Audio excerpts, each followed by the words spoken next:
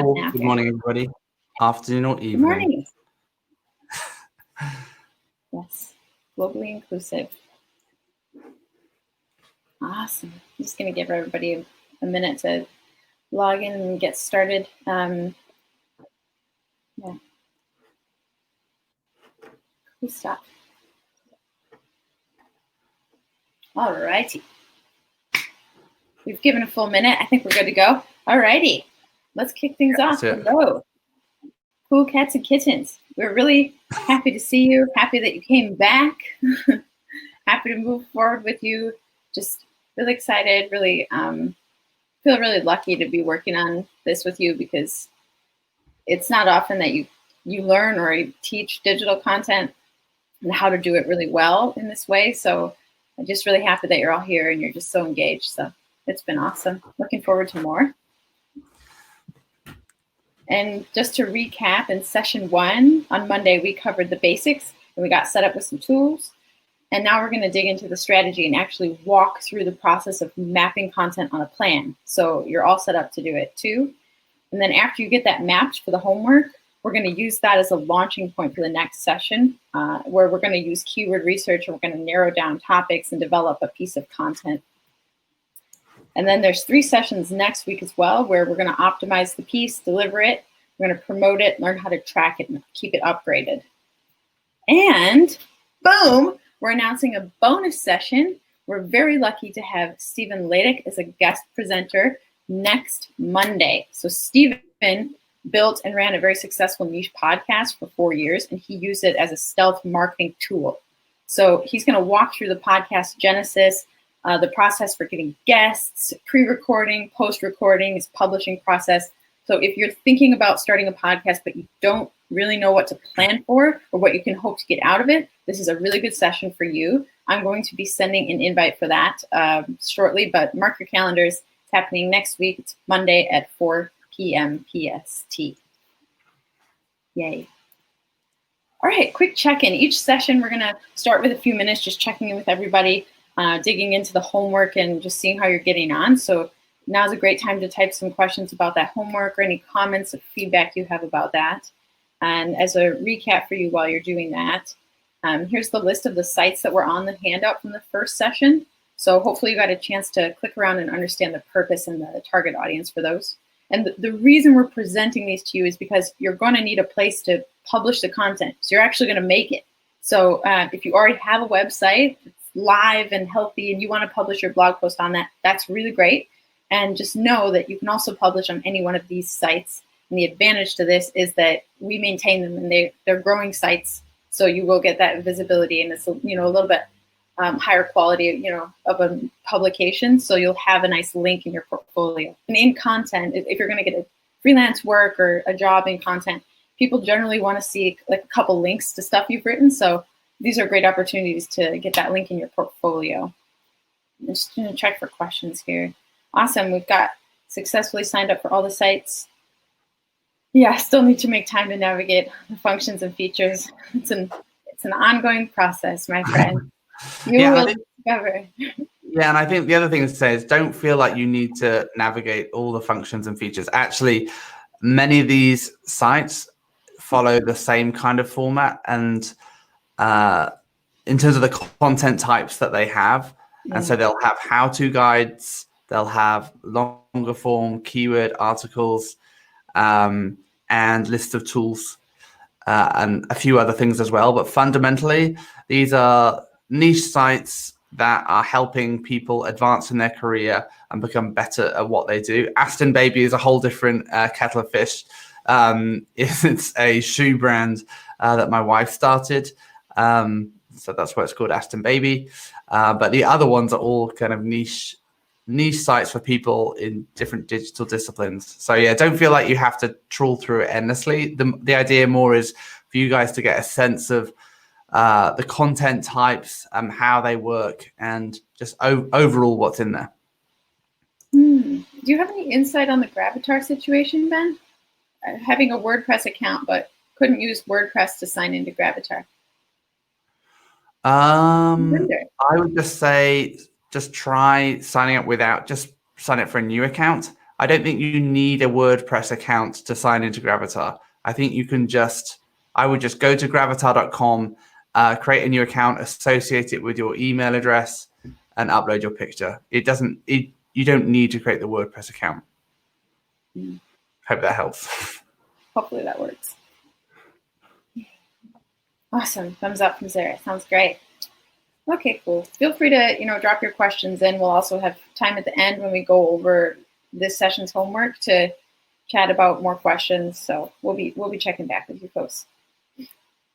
Let's get rolling. So it's time to start making stuff. We're going to start by recapping some goals and strategy, and then we're going to spend some time walking through and mapping the content on a plan with you. And this is because everybody just gets this idea to make content, and everybody's like, yeah, let's do it. And then this big question comes up, and you're like, what to make? And then the ideas start flying off the shelf. You're like, maybe there'll be this cool video clip, and then it'll give you a tour of my house while I'm doing this yoga pose. And then you download this guide with this button, and there's all this stuff on it. You're like, yeah. And I'm like, stop, back up, deep breath. You got to start first with, why are we making it? And this is driven by the business strategy, the overall business strategy. Then we ask, what should the content do? And this is the goal of the content. It's your desired outcome for you. And then finally, why would somebody want it? What can it give? This is the purpose the content serves for the audience. So these are the words that we're using to try to distinguish between these things. You'll probably hear a lot of different vocabulary for it, but this is the vocabulary that we're going to use throughout the course. So we're asking these questions because if we're not careful, we'll start creating content that gets a lot of eyeballs, but it doesn't actually do anything for us or for our audience. So I think theoretically this stuff makes a lot of sense. The concepts are pretty simple. So what we're going to do is try to make it practical and show how we actually apply this stuff instead of saying it, because I think that's where it gets more tricky. So we're going to set some simple and doable content goals, and we're going to map the content on a plan.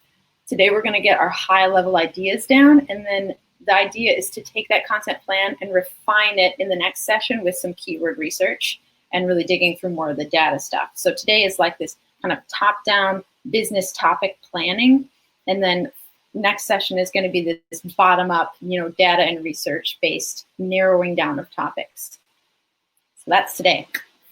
Let's start with some strategy. There's one question that really helps you shape your overall content strategy. Why? Why are we making it? It's not as tricky as it sounds. It's really simple. Why are we making it? And more so, how is this piece of content going to help me achieve my business objectives? So there's so many things we can create, but we need to prioritize the most impactful ones because we need to maximize the return on investment from our efforts. So you've probably seen one of these before. It's a customer journey map. This one's pretty generic. It shows just like this basic circular path that people take through generating an awareness of their need in the first place, then searching actively for a solution, considering some options, purchasing something, maybe making a repeat purchase or becoming a loyal customer, and then becoming an advocate for your brand. That's like when they refer your brand through word of mouth or sharing it with friends or colleagues. So it's never really this simple as like this neat circle, but it's worth considering what people want to do and the steps they'll take to get there on that path as they interact with your business. So we need to consider the customer journey, those pain points, the blockers on that journey, and how we can help them overcome and provide contextual content that stimulates the right actions, the things like thinking and feeling and doing. So as we're developing this plan, we need to be sure that the content we're making fits this user journey. So this is a way of thinking through how content can fit your business strategy, how to get people on that journey, how to identify opportunities and those problem areas along the way. Right now, in the orange, we've mapped out some examples of how we can use content to support this journey. Like, for example, when a customer is in the considering phase, so they're considering maybe your product or brand or a couple of others, or whether or not to buy it in the first place, writing an article like the benefits of your product would be useful. A testimonial will be great. This versus that, like my product versus competitor would be great. Free version versus paid version would be great. Also, a product review is really helpful. A case study could help. So those are just examples. This isn't meant to dictate, the type of content that you must use each step of the journey.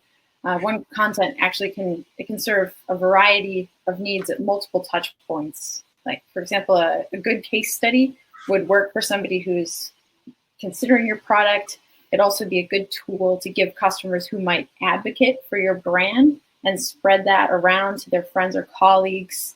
So it really just depends on your angle. But the main point here is to keep in mind how your content is supporting your business need to get or keep customers. Yeah.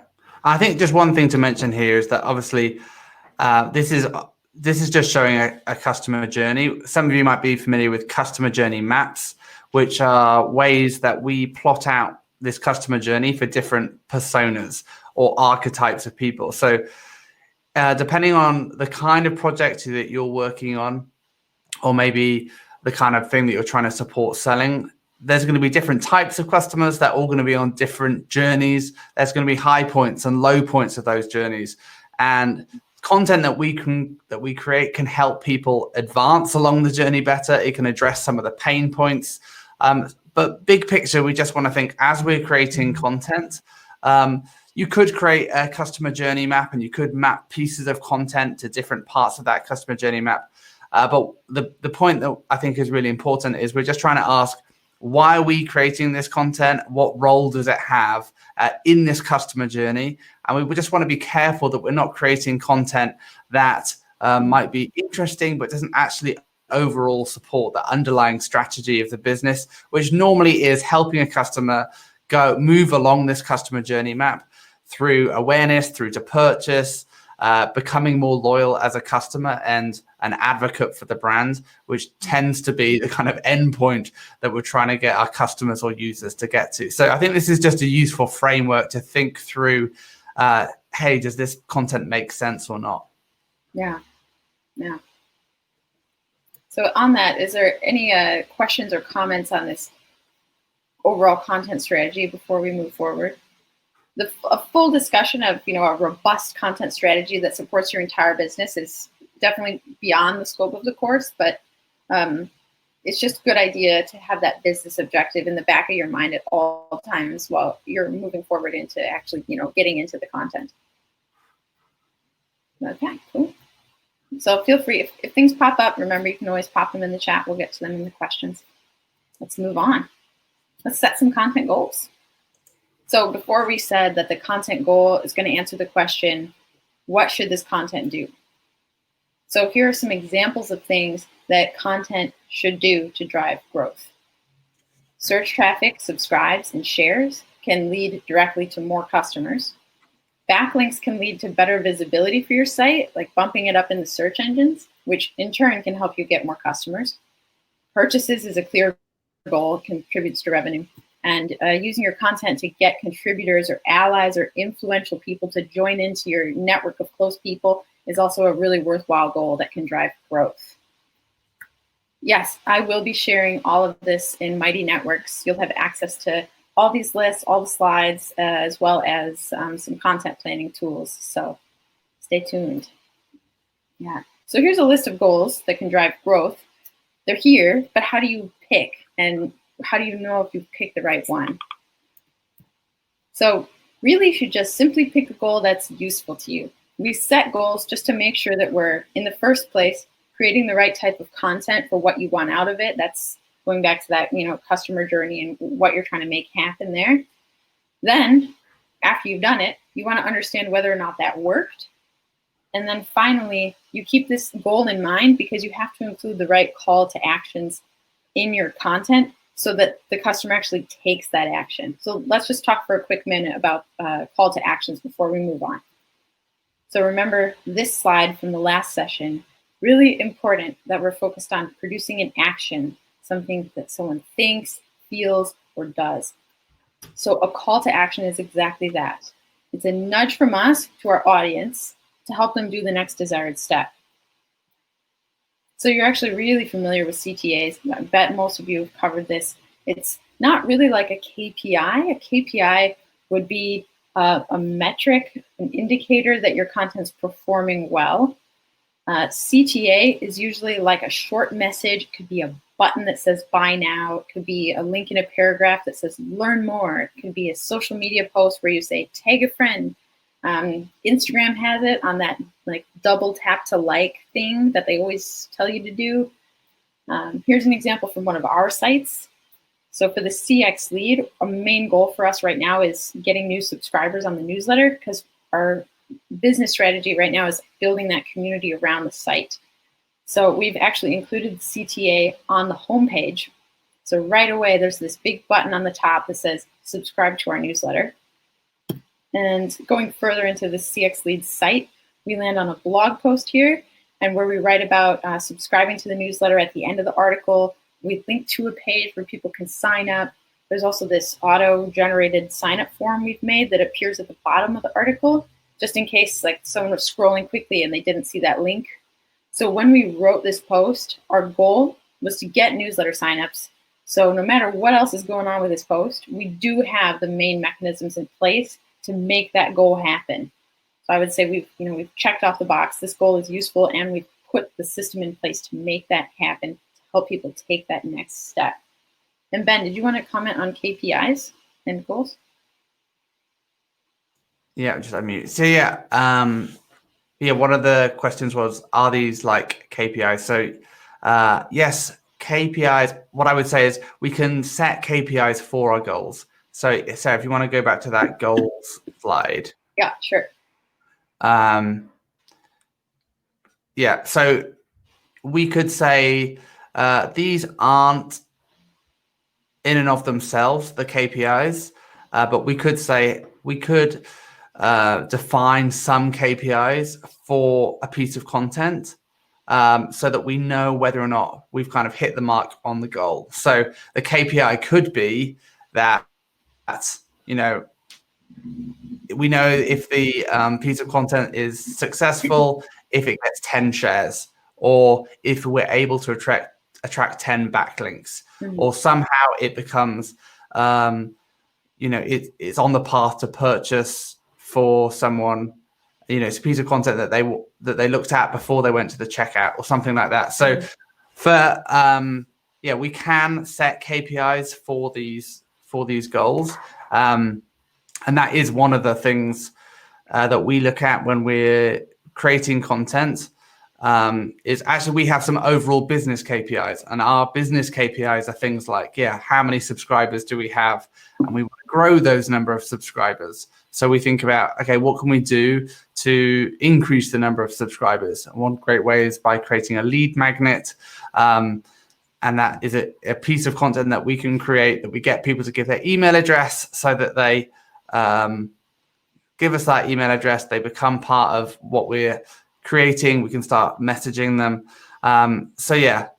Definitely think of setting KPIs for your overall business. You need to understand for the business what's important, and that goes back to kind of what Sarah was talking about. Why are we creating this piece of content? Well, ultimately it's because we want to do something, and we talked about that user journey and how we want to help move people through it. For most of the content we create, there will be ultimately some KPIs at different steps of that journey that we can set so that we know whether or not we're being successful and kind of hitting the mark with that piece of content. So KPIs are different from goals, but they can be useful in helping us to define those goals better. Does that kind of answer your question?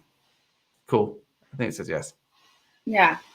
Phil brings up a point here. He says, it's really important that the reader sees why they should bother responding. Like, that's well said. That's exactly, a call to action. And it also speaks a lot to the purpose of your content. Like, why would somebody, like at this point here, why would somebody subscribe to my newsletter just based on the homepage? I don't know. Maybe at the bottom of a blog post, they're more likely to subscribe because they actually see why they should bother, responding. They see like, oh, I got value out of this newsletter or this blog article. This is this is a brand I want to stay in touch with and learn from. I think it's probably worth saying though that as a call to action, like we've given a couple of examples here, and I would actually say, I think it's worth pointing out, there's a few things wrong with this. So the first thing I want to point out that's wrong is that in these examples of the call to action, instead of hyperlinking like sign up for, we just hyperlinked the CX lead newsletter. Probably, I think this is really important, Phil, what you're saying. There needs to be a value exchange. They need to understand why they should be signing up. So what we've done is said, okay, we'll get more insights, but is that really powerful enough? Is that enough of a value exchange? I don't know. And we certainly should have hyperlinked the words sign up, not necessarily the CX lead newsletter. And then also in that second call to action, we have sign up. So what we're saying, the value exchange that we're giving people is being first in line. Like people always want to be first. So that's what we're trying to offer them. But maybe that kind of little headline we've got there, sign up, is probably, is that really a value exchange? It's like, it's what we want from them rather than what they want from us. So I think it's worth thinking about when we're creating these calls to action. We need a bit of empathy and understanding of, what do people want, and how can we help them get what they want. So that's a bit of a breakdown of the two examples we've given. They are call to actions. They're not very good ones. No. You can probably, if you think of better ones, please put them in the chat. We might use them. Right off the top of my mind, I'm like, get the best in CX would probably be better than sign up. So there's always these constant improvements that you're noticing when you really analyze a page. Yeah. Cool stuff. That's a good question. Keep them coming. Curious to know on that topic, if anybody signed up for anything recently. Just trying to think of why you signed up for it, like why you clicked more or buy or sign up. And then it just kind of helps us consider the psychology of like, why do people sign up for things? Like what does it take for you to take action, to click a button or click a headline? I know that I recently accidentally signed up for HelloFresh and I got an accidental delivery. The call to action was far too easy. Oh, someone signed up for LinkedIn Learning, 10% off. Okay, discount, that helps. Relevant content, yeah. It's an art form.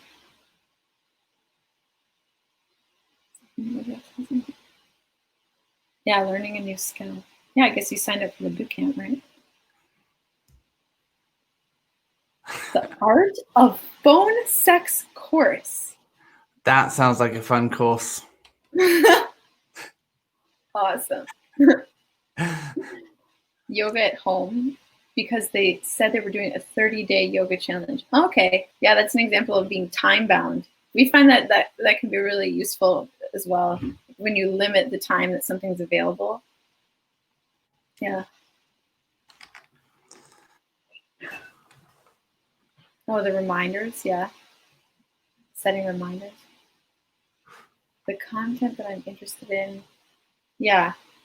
Relevancy seems to be a big thing here. Like it has to be something that you're legitimately interested in. You have to be the target audience. Got recommended by a trusted source. Yeah. A lot of times we just call that social proof. It's like when you go onto a landing page for a product and there's all these testimonials and 5-star ratings and little pictures of people with their comments. That can be really powerful, those recommendations. To get white papers, research, yeah, I've done that a lot. Where you type your email address and then you get to download this industry report. That's so valuable. It's like I'll give my email away if I get access to stats and data. Yeah, definitely. Free stuff, absolutely. Free 30-day trial, free resources. Yeah, a lot of those we call lead magnets. It's like that nice little free thing that you get so that you become part of the, the email list for a brand. Free stuff. Anything you want to pitch in on, Ben? Anything you've signed up for? No, I was actually trying to think of what I last signed up for, and I have so many unread emails. The thing I do is yes, sign up for stuff and then never actually follow through. So I think it's a dangerous thing. But also, as content marketers, we need to think about, okay, how we deliver that resource, and then how we keep people engaged after we've got them to sign up. What's the journey that we then take them on?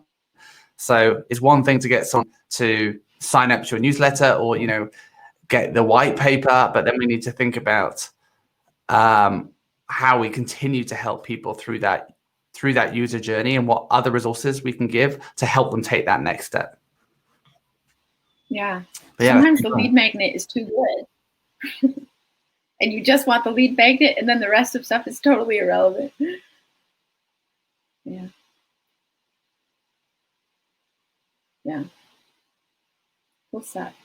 I'm going to move forward just because we've kind of got to this point where we've gone over goals. We've talked about action, but we haven't really discussed how we make that part of our content process. And so you're going to be working with, call to actions in your content. You're going to be setting goals as part of your homework. So I just want to walk through how we actually enact content goals, which is how we make them useful, instead of just it's so easy to just put on a sheet, get signups, and then you just hope the goal happens, and you have a goal, so you're fine. So a simple process that we use, it's more of a framework, but this is a way that we can track goals and make sure that we're hitting them. So we use our strategy to figure out the goal. So we talk about that business reason, and we derive our content goal from that strategy that we set, because otherwise it really is just a number. So once we've got locked in a good, useful goal, we record it in the content plan, and we also resurface it a bazillion times. So if I'm briefing out a writer, I might put the goal top in the brief. This is intended to do this. I'd also check for alignment with that goal. If I'm researching and writing it, I'm going to make sure that I kind of check myself. Am I writing for this goal? Am I including content that would help me achieve this goal? When I revise it, are my CTAs present? When I proof it, are the CTAs, popping out? Stuff like that. This type of stuff that we kind of hashed apart when we looked at that web page earlier. Is it actually working? How can I make it better? And then you check for that. Once it's published, you go back and you update it. You also can monitor for them. So this is kind of getting into the area of KPIs and tracking those goals over time. So I would be checking to see if somebody has clicked onto this post and then signed up for the newsletter, and recording that progress on a monthly or a 6-month or quarterly basis. And then I use that hit or miss to inform my approach. And when I say hit or miss, I just mean that when you check your performance to see if you hit that goal, then you make those appropriate changes to see if you can just achieve or do it better. So we saw before, on this customer experience post, that there's plenty of call to actions on the CX lead in the post, but they're at the bottom. So we could experiment with putting a call to action closer to the top, for example. We could also have a look at the quality of the content. It could be that people don't believe it was really valuable enough to sign up for a newsletter. So maybe we could add a useful graphic. It's just one example, but the main idea is that you make your goals useful so that they help you understand whether or not your tactic is working and how you can improve your content as you go. So now moving on to content purpose, we get some strategy, we've set some goals, and we need to look at the other why, which is some why people would be interested in your content. So some straight up truth is that people don't really care about your content necessarily. They didn't wake up this morning wanting it, usually. If they did, you're very good at what you do. You shouldn't be here. But you might have this really well-defined strategy and then all these ways to get your product out, and you've got all these buttons and linked up stuff. But none of that's going to help you if the content isn't something that people want to consume. So you got to start right in that middle space, the intersection between what you want to tell them, what your goals are, and then what people actually want. You got to find where those things overlap. So let's get practical with an examples of why someone would want your content. There's so many things that people want and like and search for, and this is not comprehensive. So if you get ideas from this list that aren't here, pop them in the chat so that everybody else can benefit from your beautiful brainchild. So it's not just about what you can teach or give. Often it is, like the lead magnets, the free resources, free trials. Examples here on the list are like assets that people could download, information to make a decision. You might provide entertainment, some knowledge, emotional support, solve their problems, save time, save money, inspire them, maybe recognize them. You know, you're kind of someone that feels disconnected or, you know, unacknowledged in the world. Maybe they just want someone to like acknowledge that and produce something relevant to them. But then there's also other ways that people would, you know, interact with your content, even if they don't really get anything. There's at the bottom here a bunch of attributes that can make your content appealing just because it is. People like things that are funny. They like things that are like sexy and shiny. They are attracted to things that are shocking. We like things that move us. So just remember that people might be attracted to something that's negative, like terrible mistakes that you're making. And people might be attracted to something really positive, like super uplifting cat memes to brighten your day. I think that's very positive. I can see them laughing on it. I think it's very positive. Yeah, feel free to share links to your favorite gifts as you go. Yeah. So yeah, these are just a handful of reasons that people would be interested in and want the content. So just kind of breaking it down half and half, we've got purpose on the left and then goal on the right. Purpose is really why someone would want it. It has a lot to do with what's actually in the content. It helps you make decisions about what format to use. Like if I want to teach somebody how to cook soup, I'd probably make a video. The purpose also tells me a lot about what to include in the content, like questions to answer, sections they might find useful, links to examples, what steps to include. So that purpose really directs a lot of your on-page stuff. And then on the other hand, the content goal is really about why you're making something in the first place and what you'll use it for. So that really informs more on the plan level, like what you choose to make and why, like what you invest in. Yeah, so it's just kind of splitting them apart like that. But really, you need to find the space, as we said, like the space where they overlap, where their need and your need have some common space. So if this isn't making sense, let us know. Feel free to chat. Just want to know, is this making sense? Yeah, I think I wanted us to take a pause here.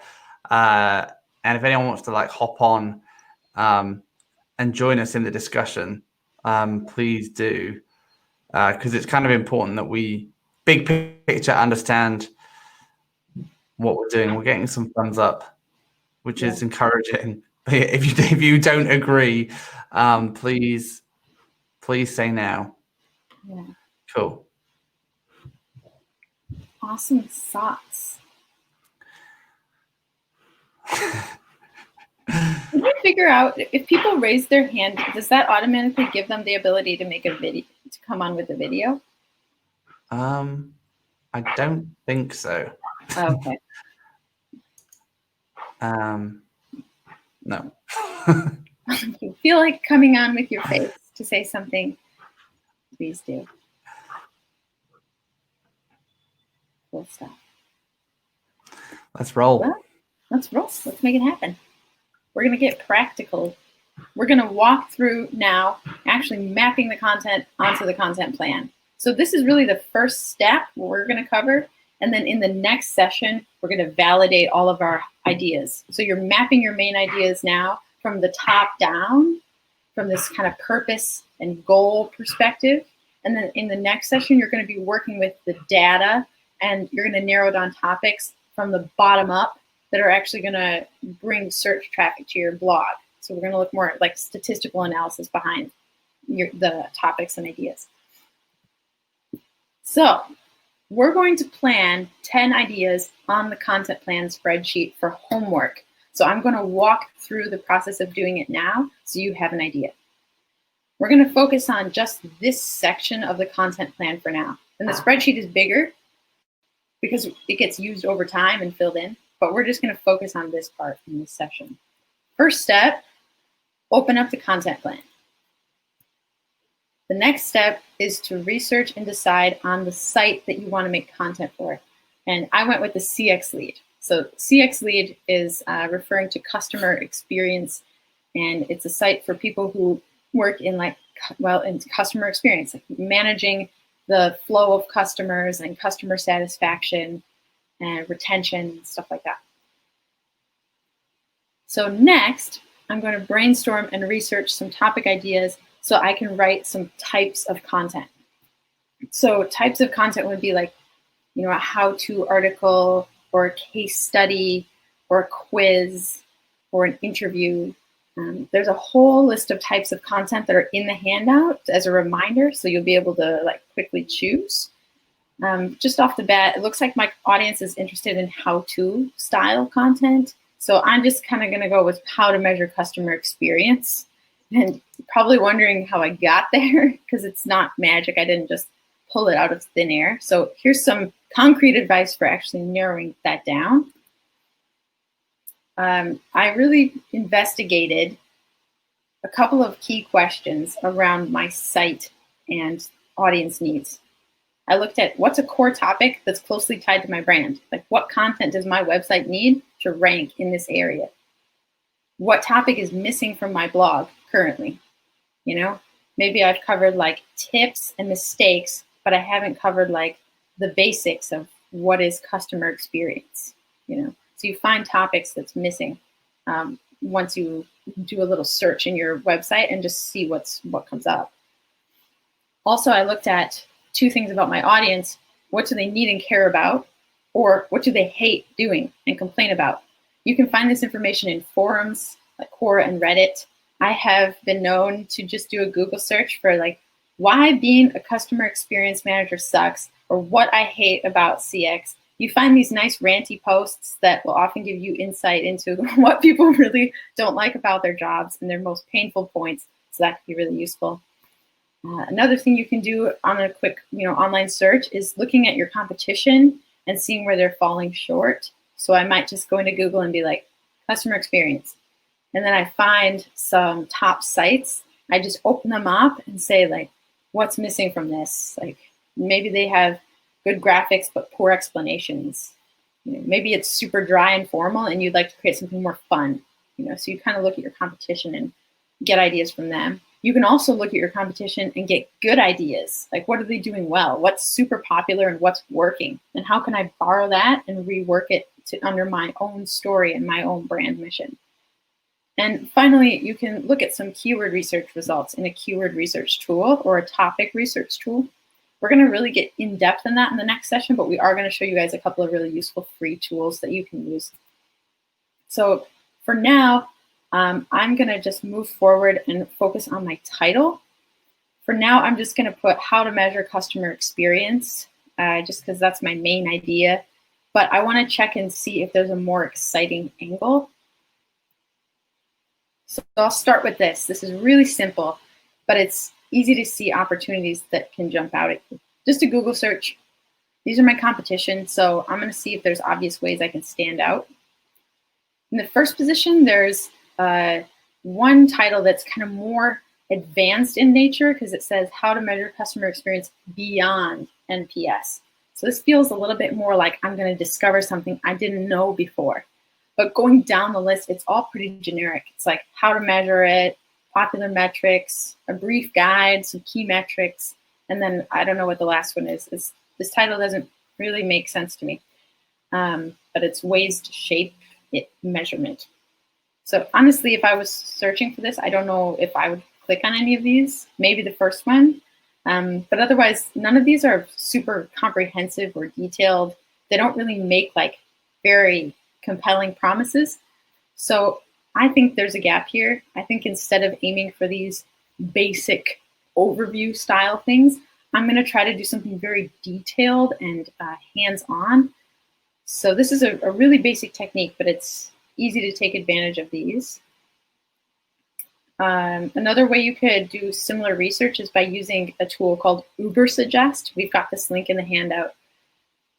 You can use this tool to find out what types of content people are interested in and engaged in by seeing what they are sharing. So this Uber Suggest tool shows you, it ranks content ideas based on how often people have shared it on social platforms. It can be really useful.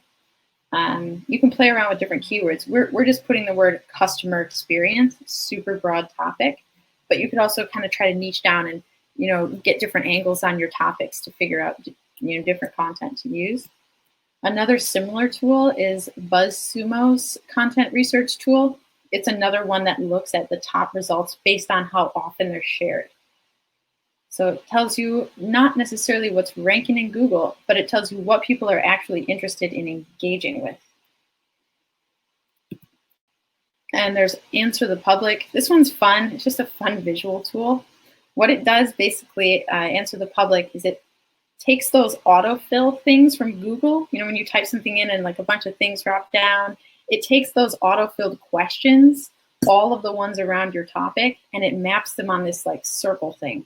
So you can see here in the how section around customer experience, one of the things is how to measure customer experience.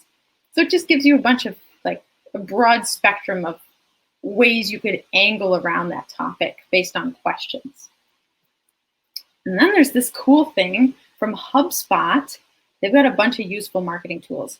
This one is a blog topic generator. So you type in your keyword and it gives you this kind of like week of blog ideas that you can flip through. So that can be really useful as well to kind of jumpstart your thinking. So after all that, I'm going to change my title. I've decided I want to do something a little more niche, a little bit more hands-on. So I'm going with step-by-step guide, how to measure customer experience. And honestly, after I do keyword research, I'm probably going to tweak that title even more, maybe more specific or more compelling. A lot of times when you include a number in the title, it just kind of stands out. So maybe like 15 steps guide or something like that. I might tweak it depending on what I find out. So in your handout from today's session, there's a whole list of ideas to help you craft more exciting and attention-grabbing titles. We've got some templates, we've got some like checkpoint questions, and then we've got all the links to tools that we just went over. So lots of stuff for you there. Excited to see those. After that, I'm going to set a goal. So I need to write a post that gets people to sign up for my newsletter. So I just put that as my goal. In your handout, there's a cheat sheet that gives you some ideas for other goals you could use if you're interested in trying those out. And I'm also going to determine the purpose of my content. So I'm going to adjust this as I do more research. But from what I can tell, my audience probably would find it useful to know the exact process of just getting instead of this basic list of tips or ways. So I've written that in the purpose section. It's like know the exact process instead of just tips. So you'll discover more about what your audience wants as you build your brand over time and as you do research. But as long as this purpose helps you focus on the customer's needs right now, then you're doing all right. Just an example that wouldn't be all right, just to calibrate us here, is like my audience's purpose is to find an industry newsletter to subscribe to. Someone might be doing that, but really what I'm doing in that is like I'm reverse engineering my goal. And it's common with products. You see it a lot where you're like, I want to explain somebody the benefits of my products because people want to know the benefits of my products. And it's like, well, not usually, sometimes, but it's kind of, you got to make a good call on that. So you've got to be careful that you're not just repositioning your goal as something that your audience is organically wanting. Yeah, and I think it can be often tempting to write about features, and normally the features in and of themselves aren't what are important. That's kind of very dry, and the way that we try and turn that around is by talking about the benefits. So what way, and this comes back to us being selfish people. It's like people want to know, okay, well, how does this benefit me? Why should I care? And so thinking about how we switch a feature into a benefit to someone reading it is really important. Mm-hmm.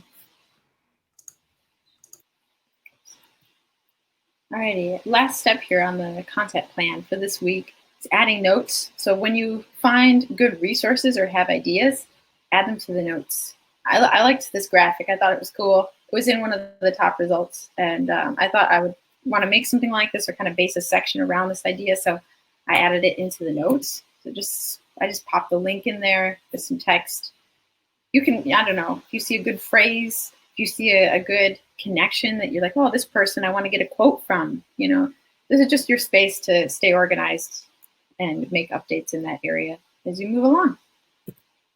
So that's the whole homework we've just walked through. You're just going to do that 10 times. But some additional considerations for you as you move along this, just overall thinking about what is your brand, like what is the overall look and feel. When you talk to people, what is your personality, the voice, what's the brand's tone, what is the story or mission that kind of drives this content.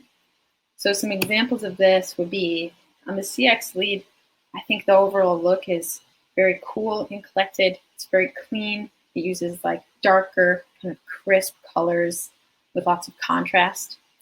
So kind of keeping that in mind.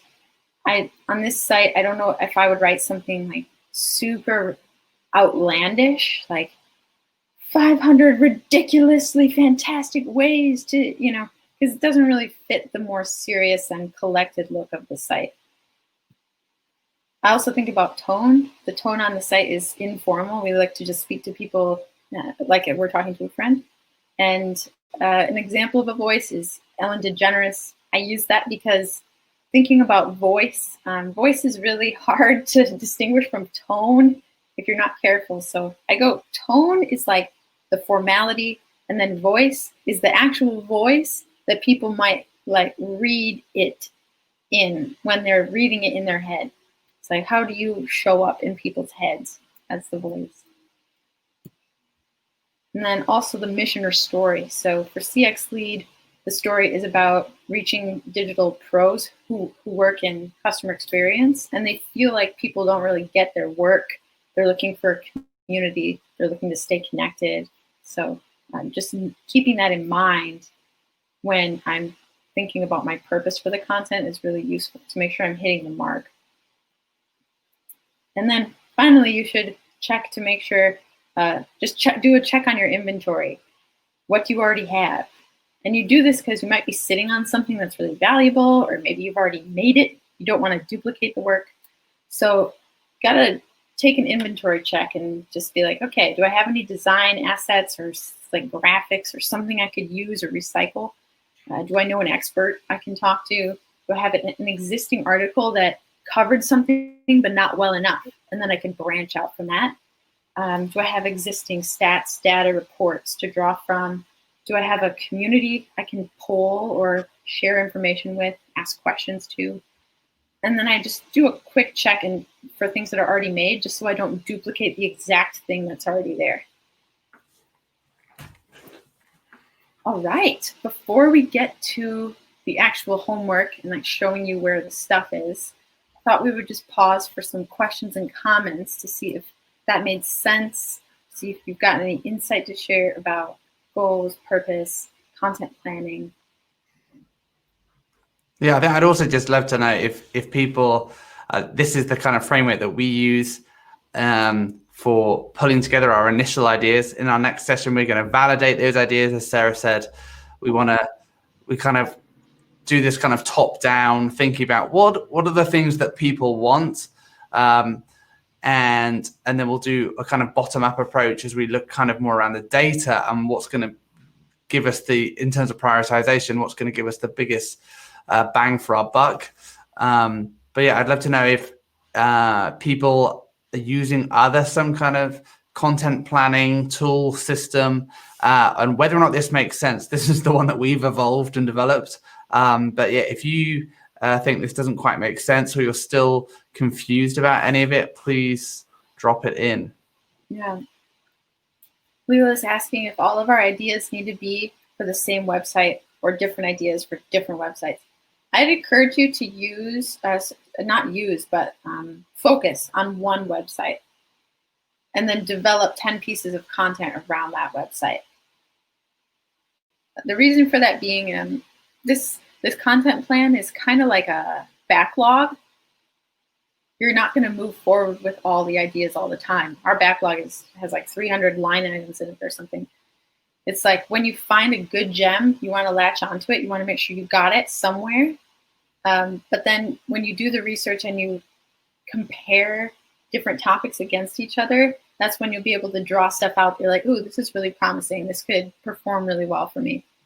So it's helpful to have all 10 ideas that are for one site. So you have stuff to pick from in that, in that niche. Yeah. Yeah, I think it'll be easier because when it comes to writing, you need to choose. You're eventually going to need to choose something to write.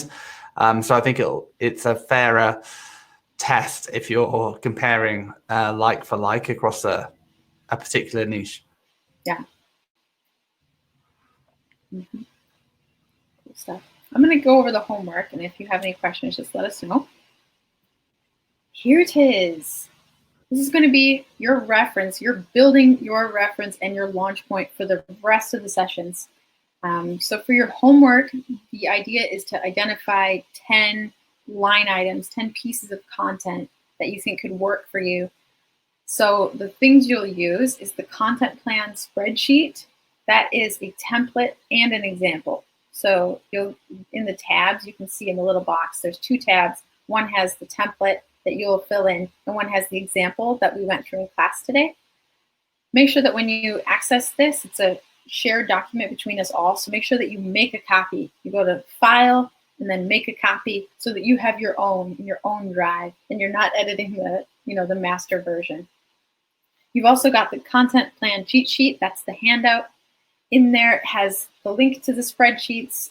It has instructions on each column of the spreadsheet to help you move through, get some ideas. It's got links to tools, templates for titles, all that good stuff. And yeah, so it's really 3 things. It's the handout where you'll find everything, and then you'll open up the spreadsheet, which has both your template and example in it. So the homework is to map out those 10 items, and then on Friday, we're going to practice narrowing down those topics based on data. And this is something that would be really helpful for everyone to learn from. So if you're able and comfortable with sharing your content plan in Mighty Networks, I'd love for you to download your spreadsheet and then upload it to the session 2 topic. This could be really useful as we get feedback from other people about some of our best ideas. It'd be great if you could jump into a couple of people's content plans and just give them feedback, this looks super promising, or this would be a great angle, this is a good resource, and start collaborating and sharing. And then also on Friday, we're going to start the session with that check-in, so I would love to be able to pull up somebody's content plan that you've made and just kind of review these ideas, talk about what's really standing out, what's really working, just kind of get some real examples from stuff you're working on. Let me just look at some questions here. Do you think all small business websites would benefit from the blog? How many posts? I'm going to talk about that in a minute. The mastermind. I think the mastermind in Mighty Networks got a little confusing. So what I'm going to encourage us to do is use the topic. There's a thing on the menu that says topics, and then there's one for each week. So I'd encourage you to put it in the topics instead of the mastermind. I think it serves the same purpose. It's just one more module. Yeah. And yeah, another question about homework. Can we pick any topic and website? Yes, you could. The main point here, you can pick any topic or website, but we are going to actually create content. We are going to actually publish it. So you need to be able to have access to actually publish the content on that site. So yeah, you can pick any content on any topic, any site that you can publish. Any website that you can publish to, go for it. And yeah, we're offering our websites simply as an opportunity for you to get something published because we know we can publish it. So, but yeah, it's up to you. Yeah. Alrighty. I'd like also to just, as we move forward here, I want to talk a little bit about Alyssa's question. Do you think all websites would benefit from a blog, and how many posts would one need per week? That's a good question. My short answer is yes, I think all small business websites would benefit from a blog. I don't know if all small businesses would benefit from running their own blog, but I do think the website itself would benefit from a blog 100% of the time. How many blog posts would one need per week? I don't think it's about frequency. I think in the past, we had a lot of discussion around frequency. The advice was always about like post as regularly as often, you know, like consistently as you can, frequency, like every day, every week. I think now we have really inundated ourselves with just tons of content. Like people's attention spans are short.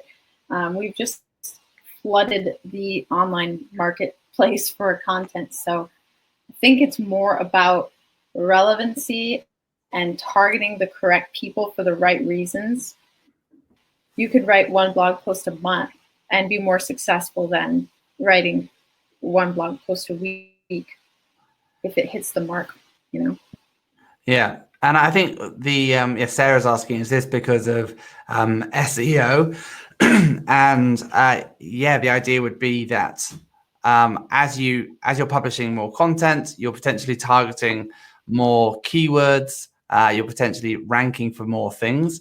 But one thing I would say is a good starting point if you feel like, hey, your small business can't actually sustain a blog, because there's nothing worse than like you go to the blog section of a website and there's 2 posts on there from a year ago. So the alternative to that, and the easier way to do it, would be to create guides for certain things or turn them into white papers or something else like that. So it doesn't have to be a blog. It's another way. Just think of other ways of putting the content on the website that don't, without necessarily calling it a blog. So the point is that the blog in and of itself isn't what's helping. What's helping is creating really good content that increases your exposure and the chance of people searching for the thing that you're writing about. So it's not so, as Sarah's saying, it's not so much about, you don't have to post a certain number of posts per week. But what we do know is that websites that are frequently updated, and it's not about publishing every day, but what we've noticed certainly is that when we publish more content, it really helps with your search exposure. So Google likes fresh content. And one of the things we do every year to our posts is simply update the articles a little bit, change the date on them, and just giving Google that little indication, hey, this is fresh, this is new, seems to help. And also, if we're talking about content that has, like, often we'll write posts that we'll say, hey, this is what you need to know about this topic in 2020 or something like that. Obviously, when it comes 2021, we need to update that. And we need to update the description just so that it still feels fresh, but fundamentally it's the same content. So Sarah talked about thinking about, as you're doing this, what can you possibly recycle, reuse? What assets have you got that enable you to write something relatively easily? It's definitely worth thinking about that. Now, I'm sure often people have, often you can rip stuff from presentations people have made, or maybe it is that someone's written a guide to something. Reduce, reuse, recycle. Yeah. I was with a small business. I was volunteering, and they were like, oh, we don't have capacity to write a blog. But they had this massive ebook that they had made available for download. And so we took those topics and just like finessed the topics and made like 15 blog posts from it. So yeah, there's definitely ways you can recycle. Sarah's asking, do we need to focus on keywords within the blog? And also, do you repurpose the blog across other channels like LinkedIn articles? Yeah, that's a two-part question. Do we need to focus on keywords within the blog? Yes, I would say yes. It's a kind of a match between focusing on keywords, but not letting that get so out of control that it's only about keywords.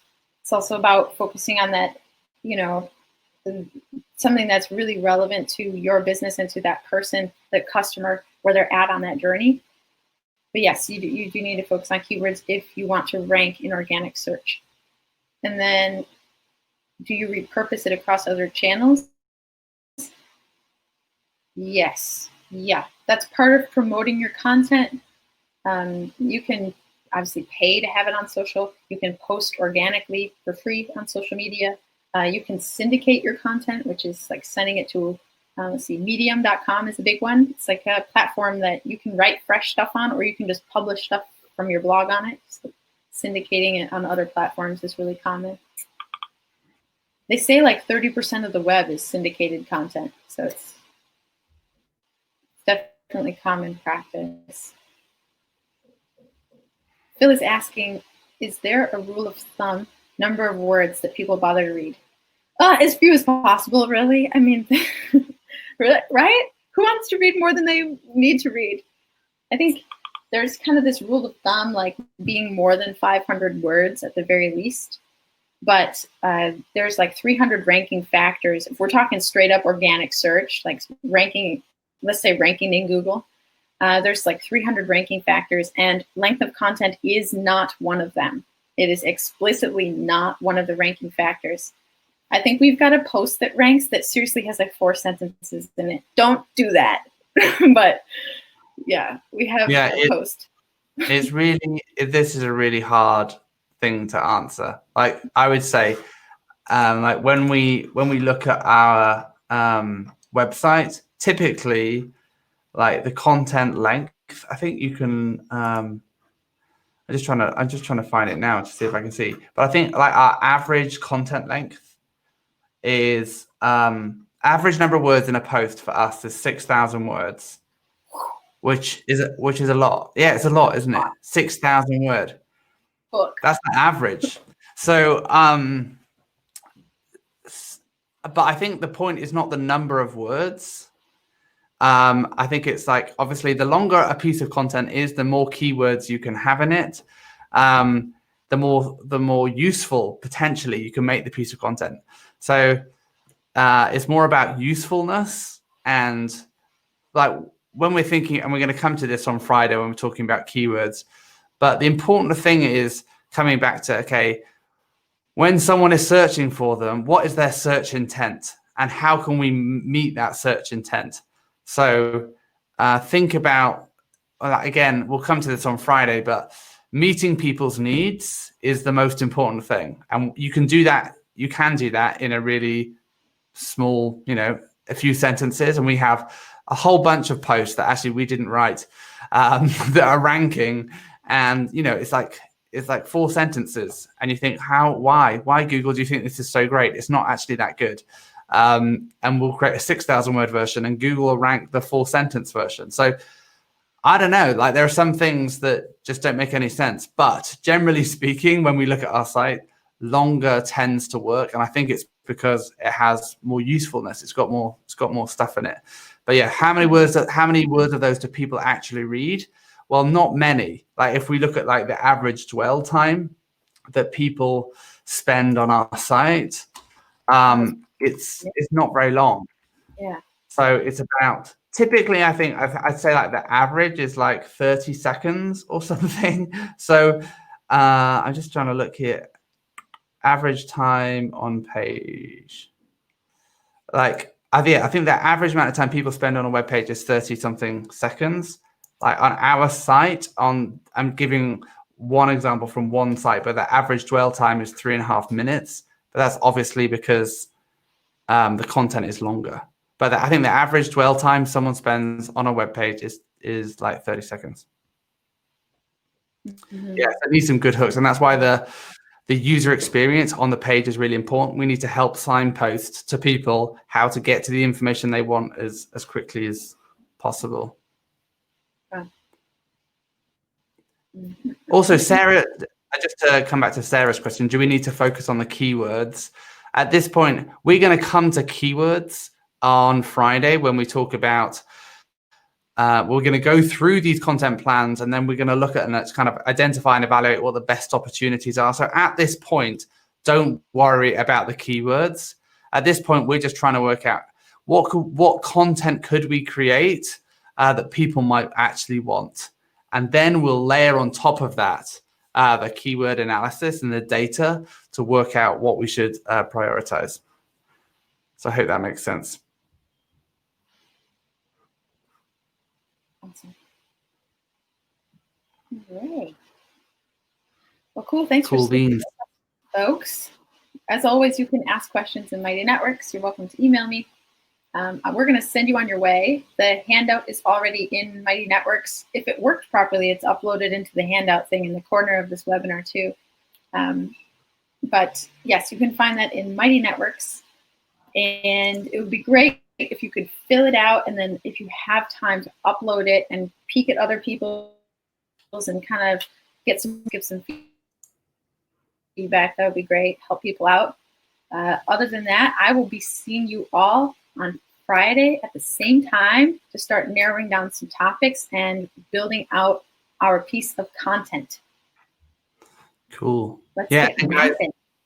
As last time, we'd love to know what you thought of today's session, what was useful, what was not useful. If you could drop us a note, we'd really appreciate it.